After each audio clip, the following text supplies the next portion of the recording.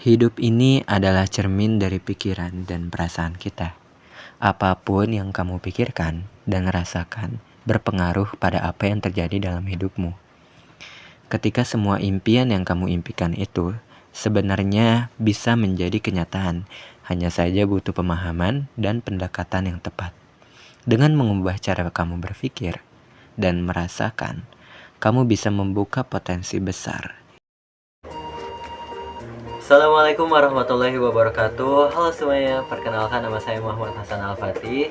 Nah, pada kesempatan kali ini aku pengen ngebahas atau kalian bisa nemenin aku buat kupas tuntas tentang salah satu buku yang bisa memotivasi banget nih buat kamu yang suka overthinkingan, terus kamu yang suka curigaan pun kurang bisa bersyukur atas apa yang kamu milikin atau apa yang udah kamu dapetin.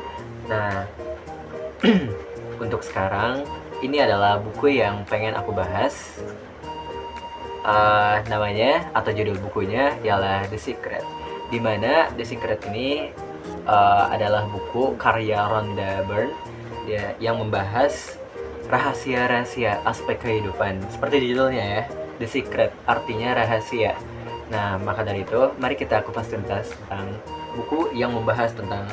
Jadi di buku ini tuh seperti pada daftar isinya ya, ada tentang rahasia uang, rahasia relasi, kemudian rahasia proses penuh daya, kesehatan, rahasia tentang dunia, pun rahasia tentang diri kita sendiri. Nah, setelah itu buku ini tuh ngenalin sebuah konsep, dimana konsep itu namanya tuh adalah Law of Attraction. Law itu kan artinya hukum, attraction itu adalah aksi. Tapi kalau disatuin Law of Attraction itu adalah hukum ketertarikan. Berbeda dengan terjemah perkatanya. Namun konsep Law of Attraction itu ngebahas tentang apa yang bikin kita ngerasa powerful, apa yang bikin kita ngerasa positif banget gitu terhadap sesuatu apapun itu. Jadi intinya konsep ini tuh bilang kalau pikiran kita itu mempunyai power yang sangat besar. Apapun yang kamu pikirin secara konsisten akan tercermin dalam realitas hidup kamu. Nah, bahkan banyak pembaca buku ini juga yang mengklaim kalau kita itu baca buku ini dengan seksama, terus ngerti dan paham dan nerapin prinsip-prinsipnya, itu bisa ngubah hidup kita banget. Dimana dari segi kesuksesan, dari segi kebaikan kehidupan kita gitu, lebih bahagia, lebih ceria dan lain sebagainya. Dimana mereka tuh ngerasa kalau The Secret ini tuh berguna banget gitu buat dijadikan panduan spiritual kita. Istilahnya kayak gini deh, kitab kedua, kitab suci kedua gitu setelah Al-Quran. Nah, intinya buku ini tuh ngejelasin kalau kamu menarik apa yang kamu pikirin.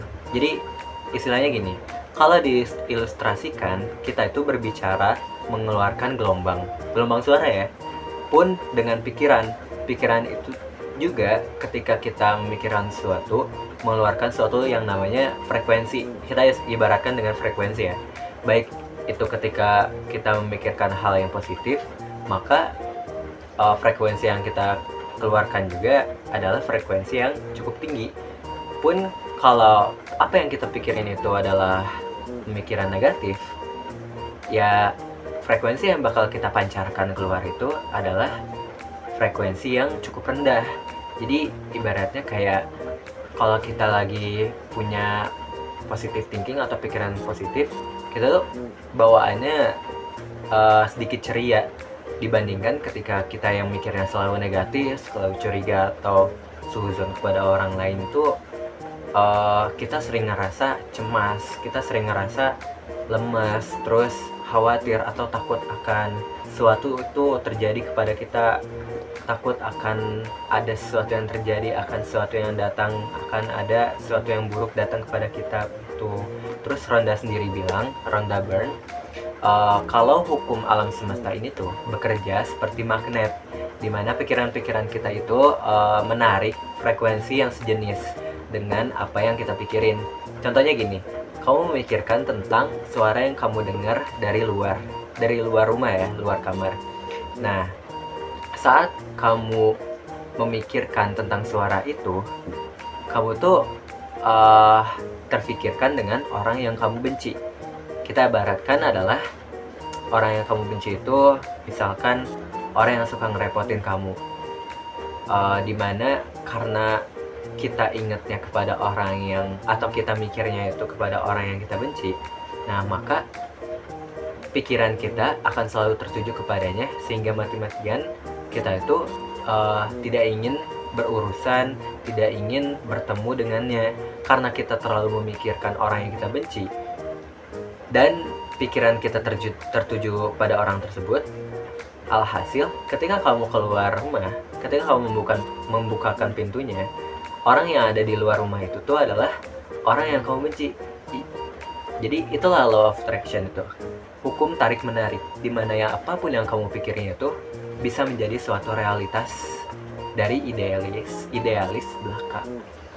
Contohnya kayak tadi kan, ketika kita memikirkan seseorang, maka seorang itu benar-benar akan datang kepada kita gitu.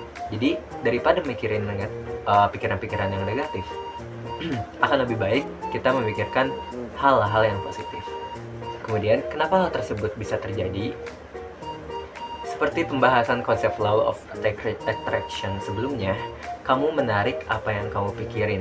Nah, kalau kamu benci terhadap sesuatu secara berlebihan yang berujung kamu terus memikirkan itu, otomatis kamu akan menarik hal yang kamu pikirin ke dalam hidupmu. Nah, ngomong-ngomong soal terlalu mikirin sesuatu nih secara berlebihan, ini tuh ada kaitannya sama attachment is unhappiness.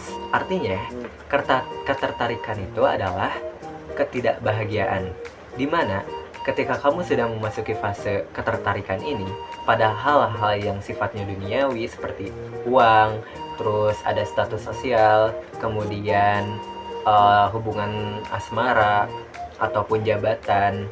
Nah, ketika kamu sudah memasuki fase tersebut, itu tuh bisa menjadi sumber dari hal-hal yang membuat kamu gak bisa ngerasain kebahagiaan atau rasa syukur atas apa yang kamu udah punya. Nah, disinilah pembahasan kurangnya rasa syukur atas apa yang udah kita milikin, atas apa yang udah kita dapetin. Nah, ketika kamu udah terikat sama suatu hal, contohnya ketika kamu menjadi ketua umum di sebuah organisasi dan kamu bisa hidup, atau kamu tuh hanya bisa hidup dengan itu, dengan jabatan tersebut. Nah, tapi kan lama kelamaan jabatan tersebut tidak bisa bertahan lama, alias mungkin bisa dibilang katakanlah hanya 1 tahun. Nah, ketika itu pikiran kamu itu tuh gak kondusif, padahal untuk hidup itu masih banyak jalan. Ada jalan B, C, D, gak harus selalu jalan yang A yang harus kamu pertahanin. Karena kalau kamu cuma terikat kepada satu hal yang itu bisa membuat kamu ngerasa tuh jenuh, membuat kamu ngerasa bosan. Tapi di sisi lain juga kamu juga gak mau buat ngelepas itu. Nah, maka disitulah konsep attachment is unhappiness ini bekerja, dimana ketertarikan itu membawa kepada ketidakbahagiaan. Kemudian Ronda juga bilang kalau emosi yang paling kuat dan paling mendasar itu adalah cinta. Nah, cinta ini itu gak selalu identik dengan gini ya. Kalau dengar kata cinta itu identiknya kan sama hubungan romantis, hubungan asmara, atau ya antara satu jenis laki-laki dengan satu jenis perempuan itu berhubungan. Enggak ya. Nah, justru arti cinta yang sebenarnya itu adalah perasaan nyaman atau perasaan tertarik terhadap sesuatu. Contohnya gini, kita atau kamu ngelihat penjual batagor dari kejauhan, dan kamu deketin penjual tersebut. Kemudian kamu hirup aroma batagor yang lagi dimasak itu. Ketika kamu sudah menyatakan bahwa aroma yang batagor yang sedang dimasak itu harum wanginya, tandanya kamu sudah menumbuhkan atau telah menumbuhkan rasa cinta terhadap batagor tersebut, meskipun itu sedang dimasak. Namun itu kan hanya tahap dasar dalam mencintai, karena rasa dari bumbunya, bagaimana tekstur batagornya masih belum diketahui. kemudian perpaduan batagor dengan bumbunya. Nah, dari situ Ronda tuh bilang kalau ketika ngerasa cinta itu sebenarnya kita tuh lagi menarik hal-hal yang terbaik dengan getaran tertinggi dalam hidup. Nah, Ronda juga mengutip kisah inspiratif di mana cinta itu bisa mengubah hidup seseorang. Contohnya gini, atau emang umumnya kayak gini ya, seorang laki-laki itu emang sudah seharusnya dia bersifat independen, mandiri, mementingkan dirinya sendiri terlebih dahulu, mensukseskan dirinya sendiri dulu agar dia bisa membiayai keluarganya, dia bisa membiayai orang tuanya, dan lain sebagainya. Maka dari itu, keindependenan seorang laki-laki itu memang harus ada pada dirinya. Namun, seorang laki-laki yang memperjuangkan keindependenannya itu, memperjuangkan kesuksesannya itu, memiliki sisi lain di mana dia membutuhkan seorang pendamping. Nah, dari situlah dia membutuhkan yang namanya cinta. Tapi cinta itu tidak bisa dia ambil, tidak bisa dia renggut, sebagaimana dia membeli batagor tadi gitu, yang mudah sekali didapat.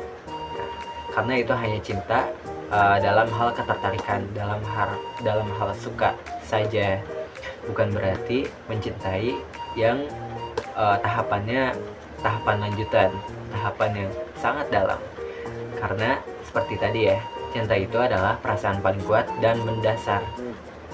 Dalam konsep atau dalam konteks mengubah hidup seseorang itu ialah dia membutuhkan cinta dengan tahapan yang lebih dalam lagi, dimana ketika seorang laki-laki sedang merasakan kejenuhan, sedang memasuki fase dia membutuhkan pendamping, maka cintalah yang paling dia butuhkan.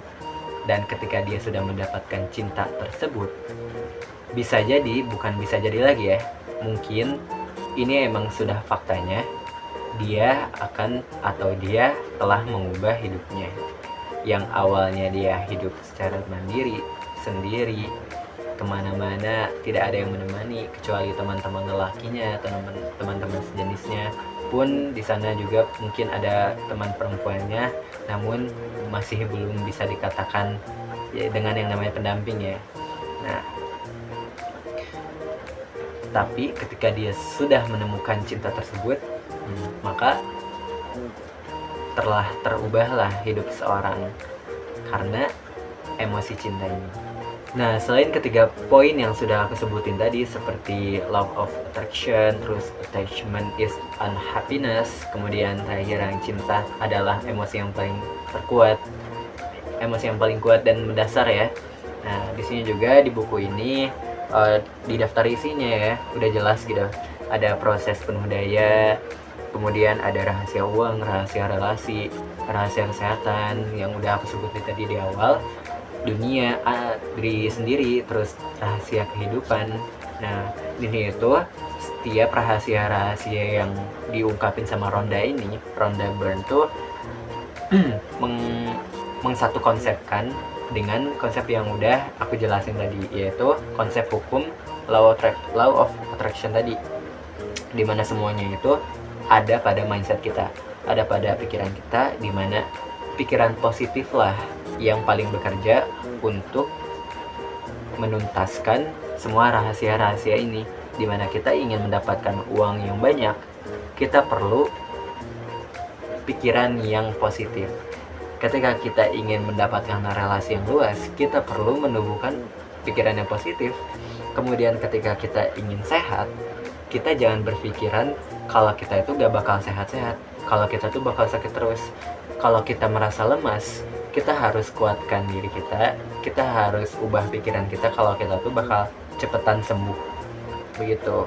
Jadi semuanya itu dimana yang tentang rahasia dunia, rahasia diri sendiri, rahasia kehidupan, itu ada pada pikiran kita. Semua itu tergantung dengan yang namanya mindset. Meskipun di sini judulnya The Secret ya, rahasia.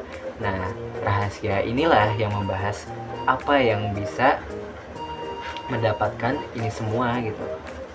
Yakni ada di buku ini. Seperti yang aku jelasin tadi ya, pikiran positif. Kalian bisa beli bukunya di, aku dapetin di Gramedia. Nah, bisa harganya itu cukup terjangkau mungkin ya. Terus di belakangnya juga Ronda nulis nih, di tangan Anda tergenggam sebuah rahasia besar.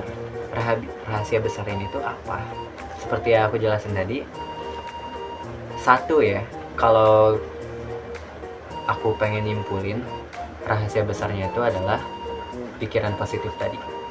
Itu sih, itu aja. Sebenarnya banyak tercantum di buku ini, banyak sekali pokoknya mah.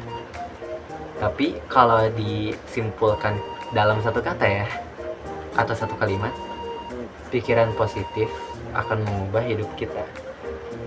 Di sini juga Ronda mengutip beberapa inspirator hebat seperti Mac Dolley, kemudian John Assaraf, terus kemudian ada Bob Doyle, ada Dr. Joy Vitale. Pokoknya ini adalah inspirator dari penjuru dunia ya, terbentang ke seluruh dunia. Dan kemudian Rhonda Byrne ini mengumpulkan kutipan-kutipan mereka dan dicantumkan dalam satu buku ini. Nah, makanya kenapa di awal tadi aku mengatakan kalau buku ini tuh bisa dijadiin kitab suci kedua setelah Al-Quran.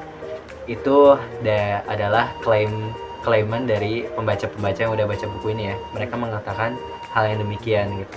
Karena memang buku ini itu sangat mengubah hidup kamu, hidup kita, hidup saya, dan hidup kita semua mungkin. Dengan membaca buku ini dan paham, ngerti, dan nerapin prinsip-prinsip yang ada di buku ini, nasihat-nasihatnya mungkin, kemudian langkah-langkahnya, isinya itu cuma satu ya, dan mungkin intinya ya, pikiran positif bisa mengubah hidup kamu. Udah aku ulang berapa kali, karena memang itu inti dari buku ini. Cukup sekian dari saya, semoga bermanfaat. Wassalamualaikum warahmatullahi wabarakatuh. Dadah.